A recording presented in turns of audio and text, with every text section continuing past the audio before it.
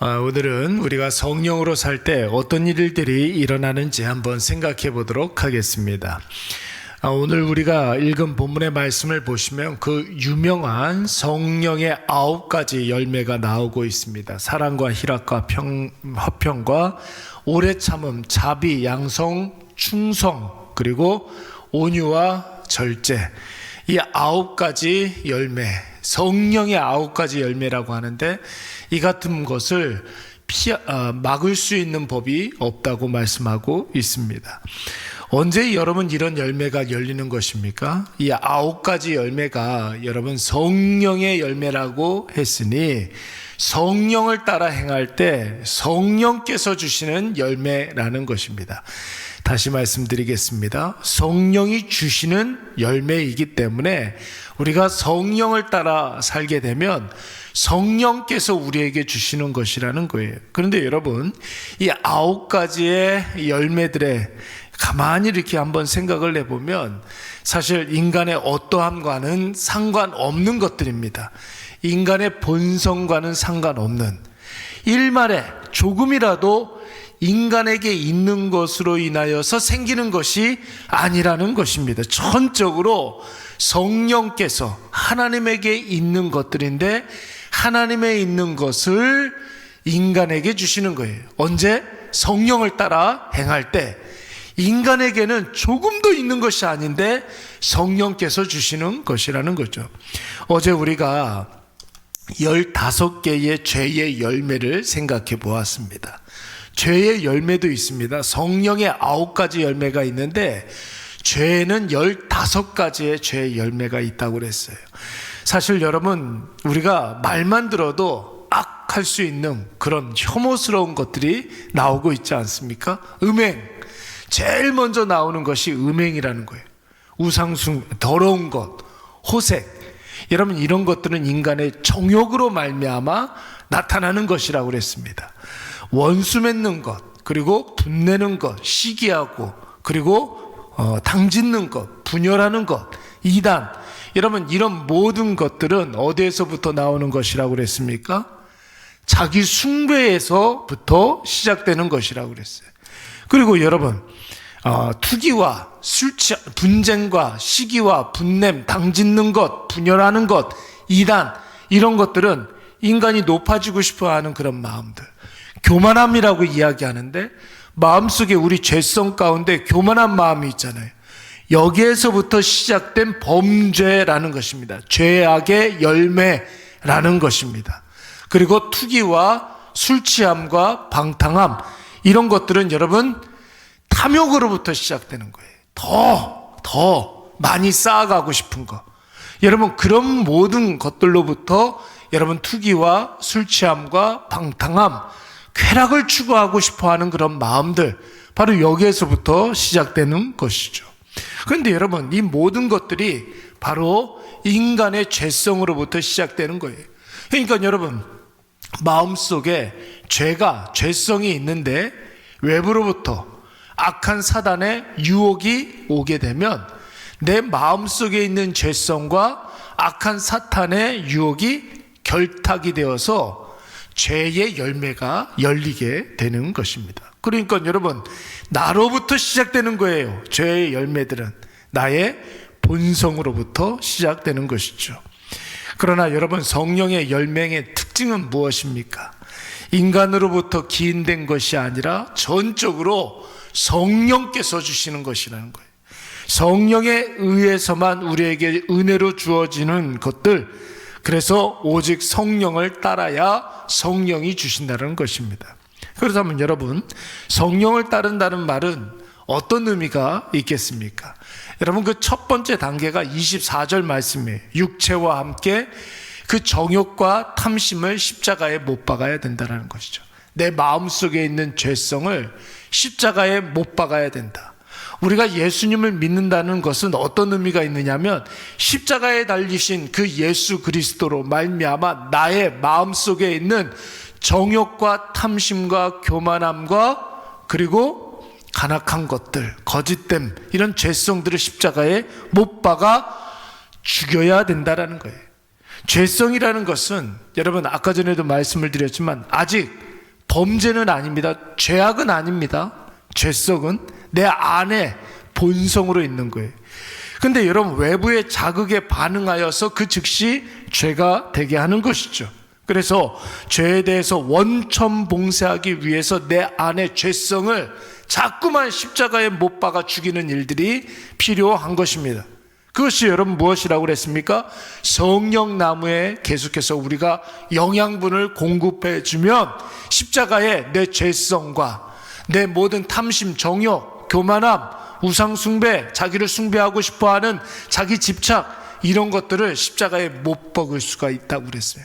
여러분, 성령나무에 영양분을 준다. 그건 뭐라고 그랬습니까? 이게 바로 기도 말씀 예배라는 거예요. 기도 말씀 예배로 계속해서 성령나무에 영양분을 주게 되면 자동적으로 성령나무에는 열매가 열리고, 여러분, 죄악된 나무는 점점 여러분 마치 제초제를 뿌린 운동장에 이만큼 자라있는 그 잡초에 제초제를 쫙 뿌리는 것처럼 시간이 가면 갈수록 내가 뭘 하지 않아도 죄의 나무는 죽어지게 되는 것입니다. 많은 성도들이 기도 말씀 예배를 단순히 신앙의 의무사항이라고 생각하는 경향이 있어요. 근데 여러분, 하나님이 우리에게 하라고 하시는 것들 있잖아요. 그거 우리가 그렇게 하면, 순종하면 하나님께 큰 무슨 유익이 있어가지고 하나님이 우리한테 하라고 하는 게 아니에요. 우리가 뭔가를 하면 하나님께서 뭐라도 이렇게 보탬이 되는 게 있겠습니까? 없는 살림 나아지십니까, 하나님이? 그런 게 아니거든요. 하나님이 우리한테 하라고 하는 것은 하나님을 위한 일이 아니라 누구를 위한 일이에요? 우리를 위한 일이래요. 예. 우리에게 조금이라도 보탬이 되기 위해서 여러분, 우리에게 그거 하라는 거예요. 아유, 공부 좀 해라. 여러분, 누구를 위해서 공부하라고 그럽니까? 누구를 위해서? 우리 자식을 위해서. 그것 공부해서 그거 네가 써먹으라고 공부하라는 거 아닙니까? 엄마 아빠를 위해서 하라는 겁니까? 공부하라고 그러면 엄마 아빠 팔자가 핍니까?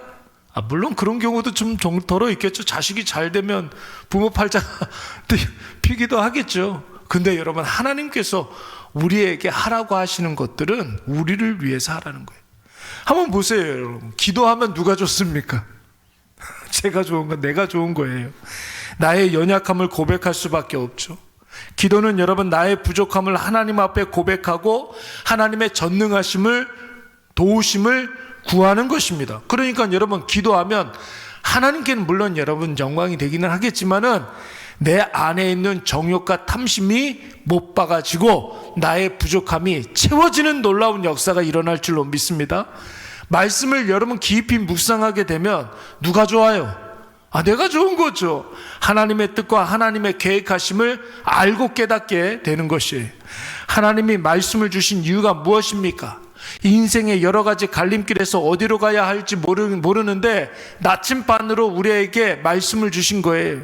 이래야 할지 저래야 할지 모르는 상황에서 말씀을 통해 정답을 우리에게 주심으로 말미암아 분명한 기준으로 여러분 바르게 선택할 수가 있고 옳은 길을 결정할 수가 있는 것이죠. 더욱이 이 말씀으로 우리가 무장하게 되면 여러분, 악한 것이 절대로 틈을 탈 수가 없습니다. 우리에게 강력한 여러분 무기가 있는데 누가 감히 우리를 틈타겠습니까? 강력한 무기가 있는데 여러분, 누가 감히 우리를 틈타겠어요? 여러분, 미국을 선제 공격하는 나라가 있습니까? 강력한 무기가 있기 때문에 못하는 거예요. 여러분, 우리에게 말씀이라는 강력한 무기가 있으면 유혹이 유혹으로 여겨지지가 않게 되는 것이죠. 예배는 여러분 뭐예요? 예배의 의미는 먼저는 우리 자신을 드리는 것이고 하나님께 영광을 드러내는 것입니다. 하나님의 하나님 되심이 분명하게 드러나는 시간이 바로 예배입니다. 하나님의 찬란한 영광을 통해서 여러분, 우리가 보호받는 시간이라고요. 우리가 보호받는 시간이에요. 예배 빠지지 말아라, 주일 성수해라, 예배를 드리면 드릴수록 좋다라는 것은 보호막이 여러분 강력해지는 거예요. 우리를 보호해주는 그 보호막이 강력해지는 것입니다. 여러분, 그러니까 예배 드리는 시간만큼은 죄의 유혹이 있을 수가 없는 것이죠. 그래서 여러분, 기도, 말씀, 예배는 한 번 드리고 끝나는 것이 아니라 우리 인생에 많이 쌓아가는 것이라고 했습니다. 많이 쌓아가는 거예요. 기도를 여러분 짧게 하는 것보다 1분이라도 더 하는 거, 여러분 조금이라도 더 간절하게 하는 거, 그거 되게 중요한 거거든요. 예, 기도를 여러분 오래 하고 간절히 하면 여러분 짧게 기도하는 것보다 조금 더 효과적이지 않겠습니까? 물론 살아가면서 주여 하는 것도 좋은 기도예요. 근데 여러분 이렇게 나와가지고 예배 시간에 또 기도하는 거 얼마나 좋은 일입니까? 남들 다 자는 시간에 여러분 텔레비전 켜가지고 온라인 켜가지고 이 시간에 같이 예배 드리는 거, 그거 얼마나 중요한 일입니까? 여러분 기도는 여러분 다다익선이에요. 다다익선. 많으면 많을수록 좋은 거예요. 말씀을 안 읽는 것보다 여러분 읽는 것이 더 좋죠. 전혀 말씀을 안 읽는 것보다 읽는 게 더 좋지 않습니까? 읽는 것보다 여러분 더 좋은 게 뭐예요? 외우는 거예요. 외우는 것보다 더 좋은 게 뭡니까? 시간을 정해놓고 큐티하는 게 더 좋습니다. 말씀을 완전히 나의 것으로 삼는 거, 여러분 이것이 얼마나 더 중요한 일인지 몰라요. 예배는 여러분 누누이 말씀을 드리지만 나중에는 여러분 기도할 수 있는 힘이 없어질 때가 와요. 나이 먹고 힘이 없고 그러면 기도를 어떻게 해야 될지도 모르겠고 눈 하나 이렇게 감고 있으면 자꾸만 졸음이 쏟아지고 그래서 기도 못할 때가 분명히 옵니다. 성경 말씀 못 읽을 때가 올까요? 안 올까요? 오죠. 여러분 눈이 침침해가지고 성경 말씀이 눈에 들어오지 않을 때가 많이 있어요. 근데 여러분 예배는 그렇지가 않아요. 끝까지 할 수 있는 게, 주님 부르시는 그날까지 끝까지 할 수 있는 게 예배예요. 그렇잖아요. 그러니까 여러분 결국 예배밖에 없는 거예요. 예배밖에. 오늘 우리의 하루하루가 기도, 말씀, 예배로 가득 채워져서 나 자신을 죽이고 성령의 역사는 명확해지고 우리의 모든 삶에 성령의 열매가 주렁주렁 열리시기를 간절히 축원합니다. 그런 사람의 인생에는 여러분 성령의 열매가 선명해지게 되는 거예요. 우리는 이것을 다른 말로 영적인 분별력이라고 이야기합니다. 공식이 없어도 여러분 이렇게 보면 문제 딱 보면은 딱 답이 보이는 거 있잖아요. 예. 저처럼 수학을 잘 못하는 사람들은 공식을 아무리 외워도 여러분 문제도 안 보이고 답도 안 보여요. 근데 여러분 수학 선생님들은 어때요? 문제만 딱 봐도 첫 번째 문제만 봐도 이게 답이 뚝뚝 떨어진단 말이에요. 그냥 보인다고요. 보인다고. 여러분 성령의 9가지 열매가 있으면 우리가 헷갈리는 게 없어져요. 살아가면서 이럴까 저럴까 하는 그런 어떤 갈등이 없어진다. 고민이 없어져요. 어떻게 해야 될지 모르겠어. 답답한 마음이 없어져요. 성령의 9가지 열매가 있으면 여러분 답이 보여요. 그 길로만 나아가게 됩니다. 영적인 시력이 살아서 여러분 보세요. 운전을 하고 가다가 빨간불이 딱 켜졌어요. 고민해요? 누가 고민해요? 아니 누가 고민하냐고요. 빨간불 딱 켜졌는데 고민하는 사람이 갈까 말까 막 이런 사람이 있습니까? 여러분 그런 사람이 있으면 그 마음이 잘못된 거예요. 새벽에도 여러분 보세요. 새벽에 차 하나도 안 와요. 사람도 없어요. 빨간불이 켜졌어요. 그럼 어떻게 해야 돼요? 어떻게 해야 돼요? 서야 돼요? 가야 돼요? 사람들이 아무도 없는데? 차도 없는데? 그게 잘못된 거라고요. 빨간불이 켜져 있으면 가지 말아야죠. 파란불이 켜졌는데 고민하는 사람 있어요? 없죠. 가라고 하면 가는 거예요.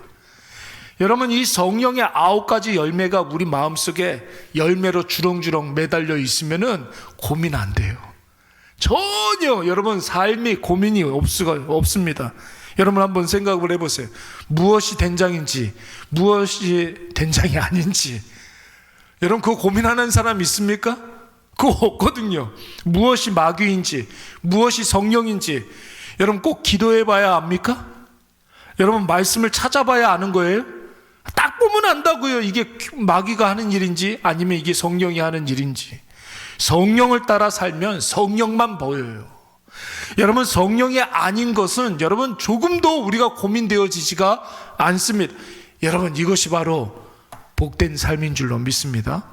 이것이 바로 성령으로 살면서 성령으로 행하는 자가 이 세상에 누리는 복락이에요. 사랑하는 여러분, 오늘 우리의 하루 가운데 이제 3월 1달이 본격적으로 시작되었잖아요. 이러한 복락이 충만하시기를 간절히 축원합니다. 성령을 따라 사는 사람의 첫 번째 단추, 그것은 바로 기도 말씀 예배입니다. 우리에게 주어진 시간들 중에 기도 말씀 예배의 비중이 많아져야 합니다. 그러면 성령이 앞서가시는 것이 보이게 되죠. 성령과 마귀가 명확하게 구분이 되고 마귀가 하는 모든 일은 거들떠 보지도 않게 됩니다. 마귀 입장에서는 여러분, 성령의 사람은 유혹의 상대가 될 수가 없어요.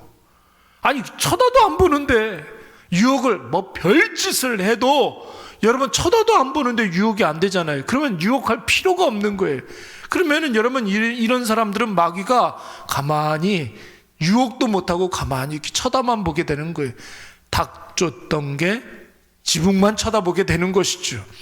닭은요, 자기를 쫓아하는 강아지 신경도 안 써요. 지붕 위에 올라가면. 아니, 그렇잖아요. 그러니까 개만 그냥 지붕만 쳐다보고 있는 거 어떻게 할 수가 없으니까. 성령 입장에서 한번 보세요. 안심하고 우리 앞에서 여러분 복을 줄 수가 있는 거예요. 안심하고 복을 줄 수 있는 거예요. 여러분, 어린 아이한테 1,000만 원을 척척 이렇게 줄 수 있습니까? 믿을 수가 없어서 못 주는 거예요. 어린 아이에게 믿을 수가 없으니까 거금을 세뱃돈을 줄 수가 없는 거예요. 믿을 수가 없으니까. 하나님께서 믿을 수 있는 사람들은 여러분, 돈이 아니라 그 어떤 것도 줄 수가 있는 거예요. 안심하고 줄 수가 있는 거예요. 안심하고. 그러니까 여러분, 성령의 사람이 되시기 바랍니다.